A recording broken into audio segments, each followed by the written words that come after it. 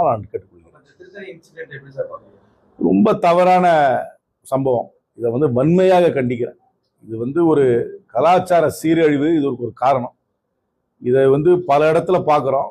அது இளைஞர்கள் கஞ்சாவின் அடிப்படையில் மட்டும் பண்றாங்களா இல்லைன்னா ஒரு பப்ளிசிட்டிக்காக பண்றாங்களா என்று தெரியல எனக்கு. ஆனா எந்த காரணத்துக்காக பண்ணியிருந்தாலும் இதை வன்மையாக கண்டிக்கிறேன். இது ஒரு டீஜெனரேட் சப்கல்ச்சர் உருவாகி கொண்டு இருக்கிறது. இது முதல் சம்பவம் கிடையாது. இது வடநாட்டில இருந்து பிழைப்புக்காக வந்தவர் மீது மட்டும் தாக்கப்பட்டார்கள். இது ஒரே சம்பவம் பார்க்க முடியாது. பல இடத்துல குறிப்பாக ரயில்ல பஸ்ல எல்லாமே மற்றவங்களை எல்லாம் தொந்தரவுப்படுத்துறாங்க.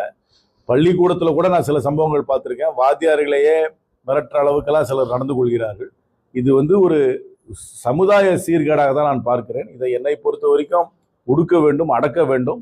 அதே வேளையில கவுன்சிலிங், ரீஹாபிலிட்டேஷனும் பண்ண வேண்டும். அதனால இதை ஏதோ ஒரு ஒன் ஆஃப் இன்சிடென்ட் இந்த மாதிரி நடக்கலை அப்படின்லாம் சொல்ல முடியாது. இதில் இந்த மாதிரி பல சம்பவங்கள் தமிழ்நாட்டில் நடந்து கொண்டு இருக்கிறது. அதில் என்னை நான் மீண்டும் மீண்டும் சொல்வது இதுதான். காவல்துறை இன்னும் தங்களுடைய பலத்தை காட்ட வேண்டும். ரோந்து பணிகளை அதிகப்படுத்த வேண்டும். சந்தேக பேர்வழிகளை அவர் ஸ்டேஷனில் கொண்டு போய் விசாரிக்க வேண்டும். அவர்கிட்டருந்து விசாரணை பண்ணி அவங்களுடைய ஆன்டிசிடென்ட்ஸை விசாரிக்கணும்.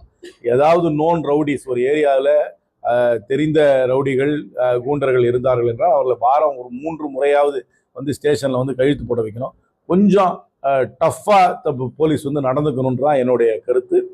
நியாயமாகவும் டஃப்பாகவும் கடுமையாகவும் நடந்து கொள்ள வேண்டும். நடந்து கொண்டால்தான் மக்களுக்கு மீண்டும் காவல்துறை மீது ஒரு நம்பிக்கை வரும்.